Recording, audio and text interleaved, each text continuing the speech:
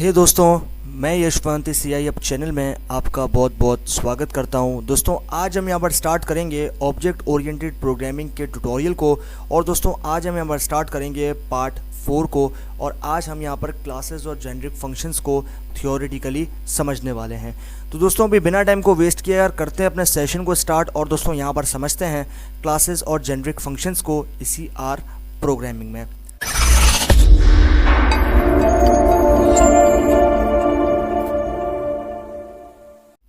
दोस्तों, यहाँ पर आप देखो, the empty stack is a numeric vector just because we need some type to give the empty vector, but pushing other values onto it will just force a type conversion, so we can also put other basic types into it। अब यहाँ पर ये क्या कहता है कि जो empty stack है वो एक numeric vector है, और यहाँ पर सिर्फ तब जब हमें उसकी ज़रूरत है उसकी टाइप के साथ, तो हम यहाँ पर उसको दे सकते हैं एक एम्प्टी वेक्टर। और यहाँ पर हम उसे अगर पुश करते हैं वैल्यूज़ उसके अंदर, कुछ वैल्यूज़ उसके अंदर पुश करते हैं, तो यहाँ पर वो जो है ऑटोमेटिकली फोर्स करेगा उस टाइप की कन्वर्जन को जिसके अंदर हम उसे कन्वर्ट करना चाहते हैं। So we can also put other basic types, और उसके साथ साथ हम जो है यहाँ पर कुछ अदर बेसिक टाइप्स को भी जो है उसके अंदर डाल सकते हैं। It is limited to basic data types since vectors. ये जो है वो काफ़ी लिमिटेड होती है बेसिक डेटा टाइप्स के लिए, जब आपके पास वेक्टर्स जो है वो कंटेन करते हैं, यहाँ पर कंटेन नहीं करते कॉम्प्लेक्स डेटा को। For that we want need a list, यानी कि इसके लिए जो है हमें ज़रूरत है एक लिस्ट की। तो if we need complex data, जब हमें यहाँ पर अगर हमें ज़रूरत है कॉम्प्लेक्स डेटा की, तो we could easily change the implementation to use a list instead of a vector. और हम जो है ईजी तरीके से चेंज कर सकते हैं इम्प्लीमेंटेशन को यूज़ करके लिस्ट को इंस्टीड ऑफ वेक्टर, यानी कि वेक्टर के बजाय लिस्ट को यूज़ करके। We will push elements by putting them at the front of the vector, pop elements by getting everything except the first element of the vector। यानी कि हम अगर पुश करते हैं एलिमेंट्स को यहाँ पर in the front of vector, जो आपके पास पॉप एलिमेंट्स हैं वो यहाँ पर हम लेंगे उस सभी से, यानी कि हमारे पास हम जो है यहाँ पर सभी चीज़ों से यहाँ पर ले लेंगे एवरीथिंग एक्सपेक्ट सिर्फ फर्स्ट एलिमेंट को छोड़ के उस वेक्टर के। End of course get the top of a vector by just indexing the first element. और ये जो है हम यहाँ पर लेंगे हमारे फर्स्ट वेक्टर को सिर्फ उसकी इंडेक्सिंग वैल्यू के थ्रू, यहाँ पर वो होगा first element. Such an implementation can look like this. और ये जो इम्प्लीमेंटेशन होगी वो कुछ इस तरीके से दिखेगी। अब यहाँ पर आप देखो कि सबसे पहले हमने यहाँ पर फर्स्ट एलिमेंट को जो एक्सट्रैक्ट किया with the help of its indexing value. तो उसके लिए हमें किया क्या है, सबसे पहले तो हमने बनाया एक ऑब्जेक्ट को। तो यहाँ पर हमने जो है उसका नाम दिया है top dot vector underscore stack. ये हमारा ऑब्जेक्ट हो गया, फिर हमारा वेरिएबल हो गया। उसके बाद हमने लिया है असाइनमेंट ऑपरेटर, एंड देन उसके बाद हमने यहाँ पर जो है वो फंक्शन दिया, और फंक्शन के अंदर हमने जो है एक पैरामीटर को जो है वो यहाँ पर दे दिया जो कहता है स्टैक। अब यहाँ पर उसी पैरामीटर यानी कि उसी ऑब्जेक्ट को उसके साथ मैंने यहाँ पर दिया वन। ये जो वन है बेसिकली ये उस इंडेक्सिंग वैल्यू है जो कि मैंने इसके अंदर दे रखी है। उसी तरीके से आप यहाँ देख रहे हो, मैंने एक ऑब्जेक्ट बनाया और उस ऑब्जेक्ट का नाम मैंने दिया है pop dot vector underscore stack, और ये मेरा सेकंड वेरिएबल है। उसके बाद मैंने लिया असाइनमेंट ऑपरेटर, एंड देन उसके बाद मैंने फंक्शन को जो है वो इम्प्लीमेंट किया, और यहाँ पर मैंने जो है दे दिया है पैरेंथेसिस में एक पैरामीटर को। अब मुझे क्या करना है, अब मुझे यहाँ पर जो है बनाना है एक फंक्शन। यहाँ पर मैंने फंक्शन ऑलरेडी बनाया था, यहाँ पर उसके अंदर जो है मुझे बॉडी में कुछ चीज़ें प्रोवाइड करनी है। तो यहाँ पर मैंने दे दिया न्यू अंडरस्कोर स्टैक, यानी कि मैंने जो है एक सब वेरिएबल बनाया और यहाँ पर मैंने उसका नाम दिया है न्यू अंडरस्कोर स्टैक। उसके बाद असाइनमेंट ऑपरेटर, यहाँ पर मैंने जो है स्टैक यानी कि मेरा जो ऑब्जेक्ट है उसको, उसके बाद मैंने जो है यहाँ पर दे दिया है -1, यानी कि मेरे पास नेगेटिव इंडेक्सिंग के थ्रू वैल्यू आ जाएगी। उसके बाद मैंने क्लास फंक्शन के थ्रू क्लास चेक करनी है, तो यहाँ पर उसी की क्लास चेक करेंगे जिसके अंदर मैंने स्टैक को स्टोर करवा रखा है जो कि है न्यू अंडरस्कोर स्टैक। और यहाँ पर मैंने इसको असाइन कर दिया एक वेरिएबल को जो कि था वेक्टर अंडरस्कोर स्टैक। उसके बाद हम जो है यहाँ पर सिंपली इस ऑब्जेक्ट यानी कि न्यू अंडरस्कोर स्टैक वाला जो वेरिएबल था उसको हम सिंपली उसके नाम से प्रिंट कर लेंगे, तो हमारे पास जो है इसका रिजल्ट निकल कर आ जाएगा। तो ये हमारे पास यहाँ पर कॉन्सेप्ट हो गए कुछ जेनेरिक फंक्शंस और क्लासेस के, और हमने किस तरीके से यहाँ पर इंडेक्सिंग की वो भी यहाँ पर देख लिया। उसके बाद यहाँ पर आ जाते हैं push dot vector underscore stack. अब ये मेरा तीसरा वेरिएबल है और इसके अंदर जो है मैंने यहाँ पर एक फंक्शन को स्टोर करवाया है। यहाँ पर मैंने फंक्शन जो है उसके अंदर दो पैरामीटर्स प्रोवाइड किए हैं, एलिमेंट और स्टैक। उसके बाद यहाँ पर मैंने उसी के अंदर सब वेरिएबल बनाया जिसको मैंने नाम दिया है न्यू अंडरस्कोर स्टैक का, एंड देन इसको जो है मैंने यहाँ पर इसमें स्टोर करवा दिया। अब ये जो सी है बेसिकली एक कॉन्केटिनेशन ऑपरेटर है, यहाँ पर मैं कॉन्केटिनेट कर रहा हूँ यहाँ पर एलिमेंट और स्टैक, उसके बाद क्लास फंक्शन यूज़ करेंगे और इसी ऑब्जेक्ट यानी कि न्यू अंडरस्कोर स्टैक को मैं इसमें पास करूंगा और ये मुझे क्लास बताएगा। उसके बाद यहाँ पर जो है, अब ये जो फंक्शन है और क्लास है दोनों डिफरेंट चीज़ें हैं। अब यहाँ पर फंक्शन है और क्लास कौन सी है मैं नहीं पता, क्लास हम जानेंगे क्लास फंक्शन के थ्रू। तो यहाँ पर मैंने दे दिया उस ऑब्जेक्ट को न्यू अंडरस्कोर स्टैक, उसके बाद मैंने इसको असाइन कर दिया एक न्यू वेरिएबल को जो कि है वेक्टर अंडरस्कोर स्टैक। उसके बाद हम प्रिंट करेंगे इसके नाम को यानी कि न्यू अंडरस्कोर स्टैक को, तो मेरे पास रिजल्ट आ जाएगा। उसके बाद अभी मैंने फाइनल एक नया ऑब्जेक्ट बनाया इस underscore empty dot vector underscore stack. ये जो है मेरे पास एक नया ऑब्जेक्ट बना और यहाँ पर मैंने इसमें स्टोर करवाया एक फंक्शन को, और यहाँ पर मैंने फंक्शन के अंदर स्टैक और लेंथ के अंदर भी स्टैक को दे दिया, और यहाँ पर मैंने कंडीशन दे दी कि ये जो बराबर है वो है 0 के। अब यहाँ पर आप देखो ये क्या कहता है, you will notice that the names of the function are composed of 2 parts. अब यहाँ पर ये कहता है कि क्या आपने नोटिस किया कि जो यहाँ पर फंक्शंस के नाम है वो कंपोज कर रहे हैं 2 पार्ट्स यानी कि 2 हिस्सों में। Before the dot period you have the names of the generic function that define as stack. यहाँ पर डॉट के पहले जो पीरियड था बेसिकली उसके अंदर हम जो है नाम्स को जेनरिक फंक्शन के तौर पे डिफाइन करते हैं स्टैक के अंदर, और यहाँ पर after the period you have the class name, लेकिन आप जो पीरियड के बाद हुआ वो क्या हुआ कि वो क्लास नेम बन गया। This name format has semantic meaning. अब यहाँ पर जो नेम है बेसिकली इस नेम का जो फॉर्मेट है वो यहाँ पर एक सिमेंटिक, यानी उसका मतलब है वो एक सिमेंटिक मीनिंग है। It is how generic function figure out which concrete function should be called based on the data provided to them. अब यहाँ पर ये क्या कह रहा है कि भाई it is how generic function, ये जो है यहाँ पर जेनरिक फंक्शन जो फिगर आउट अगर हम करें तो यहाँ पर जो कॉन्क्रीट फंक्शन है बेसिकली वो यहाँ पर कॉल किया जाता है उस बेस के ऊपर जो कि डेटा आपने उसके अंदर प्रोवाइड किया है। तो ये हमारे पास यहाँ पर हो गए कुछ और कॉन्सेप्ट्स। अब आ जाते हैं यहाँ पे, when the generic function call use method, this function will check if the first value with which the generic function was called has an associated class। अब यहाँ पर ये क्या कह रहा है कि जब हमारे पास जेनरिक फंक्शन थे और हमने उसको कॉल किया with help of use method, तो जो फंक्शन था वो यहाँ पर ये चेक करेगा कि क्या फर्स्ट वैल्यू जो है इस जेनरिक फंक्शन के अंदर वो क्या कॉल की जा रही है, और वो कॉल की जाने के बाद एसोसिएटेड है उस क्लास के साथ। If so it will get the name of that class and see it can find a function with the name of generic function। और यहाँ पर इसने ये चेक किया, यानी इसने ये नाम लिया कि भाई हमारे पास जो क्लास थी उसके अंदर हमने ये चेक किया, फाइंड आउट किया कि जो फंक्शन था वो उसी नाम से जेनरिक फंक्शन के अंदर प्रेजेंट था और सेम नेम के पैरामीटर के साथ उसको हमने दिया with help of use method, जो कि काफ़ी नेसेसरी नहीं था। The name of the function that calls use method before a period and the name of the class after the period। अब यहाँ पर ये काफ़ी ज़रूरी था कि भाई हमारे पास जो यहाँ पर नाम है फंक्शन का वो यहाँ पर कॉल किया जाए यूज मेथड के थ्रू बिफोर द पीरियड, और यहाँ पर जो नाम है वो कॉल किया जाए आफ्टर द पीरियड उस क्लास का। If so it will call the function. अब यहाँ पर ये जो है कॉल करेगा उस फंक्शन को। इफ नॉट, अगर नहीं, it will look for a dot default suffix instead and call that function if it exists। अब यहाँ पर ये क्या करेगा, ये कॉल करेगा फंक्शन को, अगर नहीं तो यहाँ पर हमारे पास जो यहाँ पर ये देखिएगा डॉट डिफॉल्ट सफिक्स को जो कि इंस्टेड आपके पास कॉल किया जाएगा फंक्शन के अंदर जो कि एग्जिस्ट करता है। तो ये हो गया हमारे पास इस चीज़ का concept. This lookup mechanism gives semantic meaning to function names and you really shouldn't use periods in functions names unless you want R to interpret the names in this way। अब यहाँ पर ये जो है ये यहाँ पर देखेगा इस मैकेनिज्म को जो कि इसको सिमेंटिक मीनिंग यानी कि ये जो है इसने सिमेंटिक मीनिंग दिया उस फंक्शन के नाम के साथ, और यहाँ पर ये जो है वो ये भी चेक करेगा कि यहाँ पर हमारे पास जो पीरियड्स हैं बेसिकली इस फंक्शन के नाम के अंदर वो उसके बजाय हम यहाँ पर आर जो है बेसिकली वो यहाँ चाहता है कि भाई इंटरप्रेट करे उसके नाम को इस तरीके से।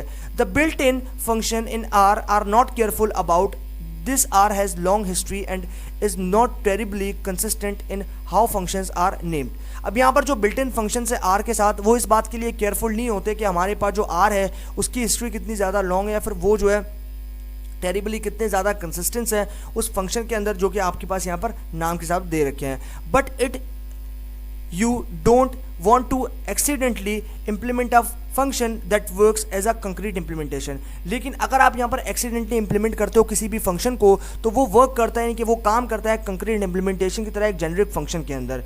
You shouldn't do it, और ये जो है यहाँ पर आप कर सकते हैं।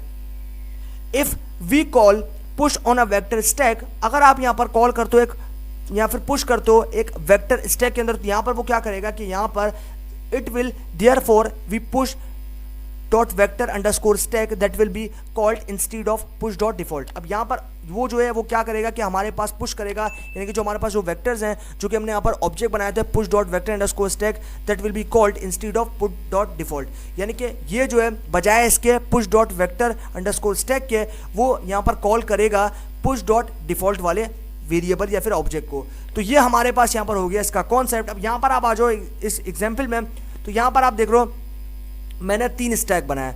यहाँ पर आप देख रहे हो 3 स्टैक बना, उसके अंदर मैंने जो है यहाँ पर लिया है पुश वाले मेथड को, यहाँ पर मैंने पुश मेथड, यहाँ पे पुश मेथड है, यहाँ पे पुश मेथड, यहाँ पर मैंने दिया स्टैक, उसके बाद 1, यहाँ पर मैंने दिया स्टैक 2 एंड यहाँ पर दिया स्टैक 3। उसके बाद मैं फाइनल स्टैक को पुट करूँगा तो यहाँ पर आ जाएगा 1 2 3, यानी कि इसने जो है तीनों कंबाइन कर दिया। अब एट्रीब्यूट वाले जो फंक्शन से हम क्लास चेक करेंगे तो यहाँ पर क्लास क्या है हमारे पास, वेक्टर अंडरस्कोर स्टैक। तो ये हमारे पास यहाँ पर हो गया कॉन्सेप्ट। अभी थियोरेटिकली कॉन्सेप्ट तो हमने यहाँ पर समझ लिए, अभी टाइम है प्रैक्टिकल इम्प्लीमेंटेशन का। तो अभी हम चलते हैं अपने आर स्टूडियो में और जो भी चीज़ें हमने यहाँ पर सीखी हैं स्टैक के बारे में और सारी चीज़ों के बारे में अभी हम उनको प्रैक्टिकली इंप्लीमेंट करते हैं, ताकि आपके मन में जितने भी डाउट्स हैं वो वहाँ पर जाकर प्रैक्टिकल इंप्लीमेंटेशन को देखने के बाद हो जाए क्लियर। तो दोस्तों चलते हैं अभी अपने आर स्टूडियो में और करते हैं इनको प्रैक्टिकली इंप्लीमेंट। ओके दोस्तों, तो हम लोग आ चुके हैं अपने आर स्टूडियो में और अभी हमने यहाँ पर जो थियोरेटिकल कॉन्सेप्ट समझे हैं उनको अभी हम करने वाले हैं यहाँ पर प्रैक्टिकली इंप्लीमेंट। तो सबसे पहले हमें क्या करना है, सबसे पहले हमें बनाना है ऑब्जेक्ट को। तो यहाँ पर हम लेंगे top dot vector underscore stack, ये मेरा एक ऑब्जेक्ट हो गया।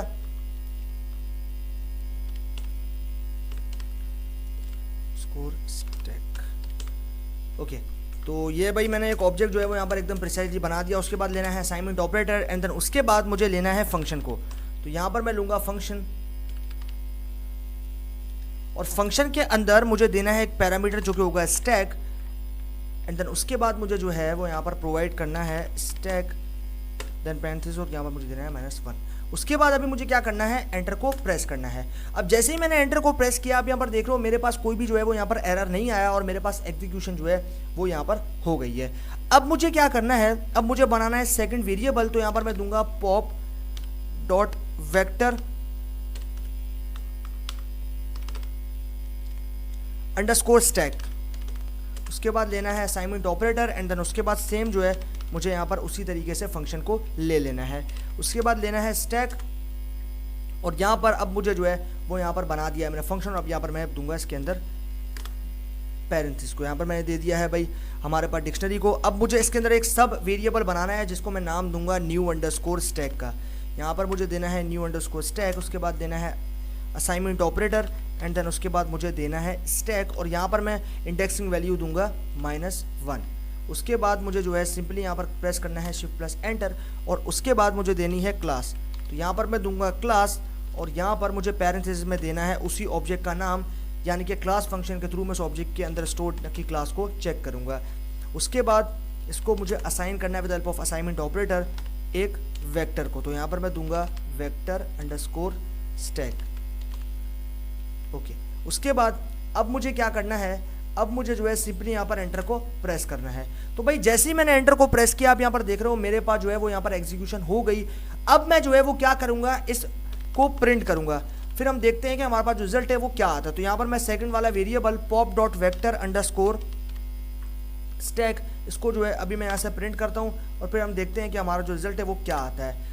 तो भाई जैसे ही मैंने इसको प्रिंट किया आप यहाँ पर देख रहे हो बिल्कुल उसी तरीके से जिस तरीके से मैंने बनाया था उस तरीके से मैंने फंक्शन को जो है वो यहाँ पर कर लिया। अब इसी तरीके से इसकी क्लास को अगर मैं चेक करता हूँ with the help of class function, तो यहाँ पर मैं देता हूँ पॉप और उसके बाद मुझे देना है इसी वेरिएबल को, यहाँ पर मैं दे देता हूँ उसको, ओके। उसके बाद एंटर।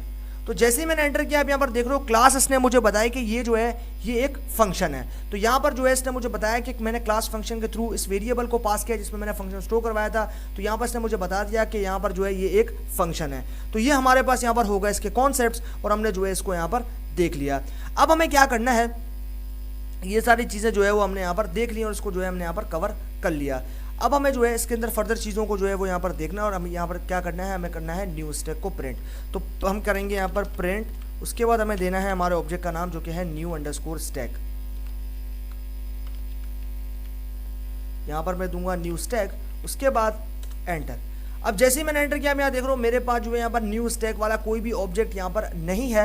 यहाँ पर आप देख रहे हो मैंने यहाँ पर न्यू स्टैक जो है वो बनाया था, लेकिन उसके अंदर जो है मेरे पास कोई भी ऑब्जेक्ट यहाँ पर प्रेजेंट नहीं है। तो ये मेरे पास जो है यहाँ पर हो गए इस चीज़ के कॉन्सेप्ट, हमने यहाँ पर जो है सारी चीज़ों को चेक कर लिया। अब हमें क्या करना है, अब हमें चलना है आगे और अब यहाँ पर हम बनाएंगे एक नए वेरिएबल को जिसको हम नाम देंगे push dot vector underscore stack का, एंड देन असाइनमेंट ऑपरेटर, उसके बाद फंक्शन। और फंक्शन के अंदर मुझे देने हैं दो पैरामीटर्स जो कि होंगे एलिमेंट और स्टैक। उसके बाद अब मुझे क्या करना है, लेने हैं यहाँ पर कर्ली ब्रैकेट्स को, एंड देन उसके बाद मुझे जो है यहाँ पर प्रेस करना है शिफ्ट प्लस एंटर, और यहाँ पर मुझे सब वेरिएबल बनाना है जो कि होगा new underscore stack, and then इसको मुझे असाइन करना है, यहाँ पर कॉन्केटिनेट करना है एलिमेंट को, और यहाँ पर मैं दूंगा एलिमेंट एंड स्टैक, दोनों पैरामीटर्स को मुझे यहाँ पर दे दिया। अब मुझे क्या करना है, अब मुझे जो है सिंपली आ जाना है यहाँ पर नीचे, और उसके बाद मुझे देनी है क्लास। तो यहाँ पर मैं दूंगा with help of class function, यहाँ पर मैं उस वेरिएबल को पास कर दूंगा न्यू स्टैक। उसके बाद अब मुझे क्या करना है, मुझे असाइन करना है यहाँ पर with help of assignment operator, और यहाँ पर मैं दूंगा vector underscore stack, and then उसके बाद अभी मुझे करना है यहाँ पर शिफ्ट प्लस एंटर, और अभी मुझे प्रेस करना है न्यू अंडरस्कोर स्टैक, यानी कि इसको जो है मैं प्रिंट करना चाहता हूँ। तो अभी मुझे क्या करना है, यहाँ पर करना है एंटर। अब भाई जैसे ही मैंने एंटर किया, यहाँ पर आप देख रहे हो मेरे पास जो है वो यहाँ पर सारी चीज़ें ऐड हो गई और सारी चीज़ें जो है वो यहाँ पर कॉन्केटिनेट हो गई, और यहाँ पर मेरे पास जो है वो एग्जीक्यूशन हो गई। अब मुझे क्या करना है, मुझे इसको प्रिंट करना है। तो यहाँ पर मैं दूंगा प्रिंट फंक्शन को, और इसके अंदर जो है मैं यहाँ पर पास कर दूंगा उस ऑब्जेक्ट यानी कि न्यू अंडरस्कोर स्टैक को, और फिर हम अपने रिजल्ट को देखेंगे। तो यहाँ पर आप देख रहे हो जैसे ही मैंने इसको प्रिंट किया मेरे पास फिर से जो है वो एरर आ गया, लेकिन अभी मैं अगर यहाँ पर करता हूँ print push dot vector underscore stack को, तो अब मेरे पास यहाँ पर कोई भी एरर नहीं आएगा। यहाँ पर आप देख रहे हो मेरे पास अभी कोई भी एरर नहीं है, और यहाँ पर एग्जीक्यूशन जो है वो मेरे पास निकल कर आ गई। अब मुझे क्या करना है, मुझे यहाँ पर बनाना है फाइनल वेरिएबल जो कि होगा is underscore empty dot vector underscore stack. उसके बाद लेना है असाइनमेंट ऑपरेटर, एंड देन उसके बाद मुझे देना है फंक्शन, और फंक्शन में जो है मुझे यहाँ पर देना है स्टैक को, एंड देन यहाँ पर मुझे जो है वो प्रोवाइड करनी है लेंथ। यहाँ पर मैंने दे दी लेंथ, यहाँ पर मैंने दे दी लेंथ। उसके बाद मुझे देना है स्टैक, एंड देन यहाँ पर कंडीशन देनी है, एंड देन उसके बाद एंटर को प्रेस करना है। अब जैसे मैंने एंटर को प्रेस किया, यहाँ पर मेरे पास जो है वो रिजल्ट नहीं आया, लेकिन अभी जब मैं इसको प्रिंट करूँगा इस ऑब्जेक्ट को, यहाँ पर हम प्रिंट करेंगे इज अंडरस्कोर एम्प्टी, ये मेरे पास आ गया वेरिएबल। अब इसका हम यहाँ पर जो है वो प्रिंट करते हैं और एंटर को प्रेस करते हैं। तो आप यहाँ देख रहे हो सेम फंक्शन को जो है जो कि इसमें मैंने स्टोर किया था उसको जो है इसने मुझे यहाँ पर आउटपुट में प्रिंट करके दे दिया। तो ये भाई हमारे पास यहाँ पर हो गए इस चीज़ के कॉन्सेप्ट, और हमने जो है इस चीज़ को यहाँ पर समझ लिया। अब हम जो है यहाँ पर समझेंगे स्टैक्स के कॉन्सेप्ट्स। अभी हमने फंक्शंस के कॉन्सेप्ट्स को समझा है, अब हम यहाँ पर समझेंगे स्टैक्स के कॉन्सेप्ट्स को। तो उसके लिए हमें सिंपली क्या करना है, सबसे पहले हमें बनाना है एक वेरिएबल। तो यहाँ पर उस वेरिएबल को मैं नाम दूंगा स्टैक का, और उसके बाद मुझे जो है यहाँ पर पुश फंक्शन को यूज़ करना है। यहाँ पर मैं लूँगा पुश मेथड, और उसके बाद मुझे लेना है स्टैक, एंड देन यहाँ पर मुझे प्रोवाइड करना है 1। उसके बाद एंटर को प्रेस करना है। अब जैसे ही मैंने एंटर को प्रेस किया, अब यहाँ पर देख रहा हूँ मेरे पास जो है यहाँ पर आ गया है एक एरर, और यहाँ पर ये एरर जो है वो मेरे पास यहाँ पर क्यों आया। तो यहाँ पर आप देख रहे हो मैंने जो है इसको दिया है स्टैक, और यहाँ पर जो है मैंने दे दिया इसके अंदर पुश मेथड को। उसके बाद अब जो है मैं यहाँ पर बनाता हूँ सेकेंड स्टैक, और यहाँ पर जो है मैं दूंगा असाइनमेंट ऑपरेटर, और उसके बाद मुझे लेना है पुश, एंड देन उसके बाद मुझे लेना है स्टैक कॉमा 2, उसके बाद एंटर। अब यहाँ पर भी आप देखो could not find function push, यहाँ पर हमारे पास जो है वो फंक्शन पुश जो है वो यहाँ पर नहीं है। यानी कि अभी जो है अगर मैं इसकी क्लास चेक करता हूँ एट्रीब्यूट फंक्शन, तो यहाँ पर हम जो है अब क्या कर सकते हैं, यहाँ पर हमें देखना पड़ेगा इसको। यहाँ पर अगर मैं मान लो कि किसी एक वेरिएबल को बनाता हूँ, यहाँ पर मैं देता हूँ num अंडरस्कोर 2, उसके बाद असाइनमेंट ऑपरेटर, और यहाँ पर मैं जो है वो यहाँ पर कुछ वैल्यूज़ देता हूँ, ये वैल्यू मैं दे दी, उसके बाद एंटर करूँगा। उसके बाद मुझे जो है अब इसकी क्लास को चेक करना है, तो यहाँ पर मैं दे दूँगा num अंडरस्कोर 2, उसके बाद एंटर। अब यहाँ पर जैसे ही मैंने एंटर किया, अब यहाँ पर देख रहे हो मेरे पास जो है रिजल्ट आया न्यूमेरिक, यानी कि इसकी क्लास क्या है, न्यूमेरिक क्लास है। इसी तरीके से अब यहाँ पर मैं दूंगा एट्रीब्यूट, यहाँ पर मैं देता हूँ एट्रीब्यूट। उसके बाद मुझे लेना है यहाँ पर क्लास को, यहाँ पर मैं दूंगा क्लास, उसके बाद एंटर। अब यहाँ पर भी आप देखो आर्ग्यूमेंट 1 इज एम्प्टी, यानी कि आर्ग्यूमेंट 1 जो है वो यहाँ पर एम्प्टी है। तो इसी तरीके से अगर मैं यहाँ पर पास करता हूँ एट्रीब्यूट, यहाँ पर मैं देता हूँ एट्रीब्यूट, और उसके बाद मैं देता हूँ यहाँ पर num_2 एंड देन एंटर। अब यहाँ पर आप देख रहे हो इसने मुझे बताया नल, यानी कि इसने मुझे नल जो है वो यहाँ पर रिटर्न किया कि इसके अंदर कोई भी एट्रीब्यूट जो है वो यहाँ पर प्रेजेंट नहीं है। तो ये हमारे पास हो गया कॉन्सेप्ट यहाँ पर पुश मेथड का, और यहाँ पर हमारे पास स्टैक्स का और फंक्शंस का। तो ये भाई हमने यहाँ पर फाइनली जो है वो यहाँ पर प्रैक्टिकल इंप्लीमेंटेशन भी देखी आर के साथ, और हमने यहाँ पर इन चीज़ों को भी जो है वो प्रैक्टिकली इंप्लीमेंट करके आर स्टूडियो में देख लिया। तो फाइनली इसी बात के साथ हमारा जो सेशन है वो हो चुका है एंड। बाकी सीखते हैं आगे आने वाले आर के ट्यूटोरियल्स में, और इस ऑब्जेक्ट ओरिएंटेड के अंदर हम यहाँ पर और फर्दर चीज़ों को भी डिस्कस कर लेंगे। तो तब तक के लिए गुड बाय।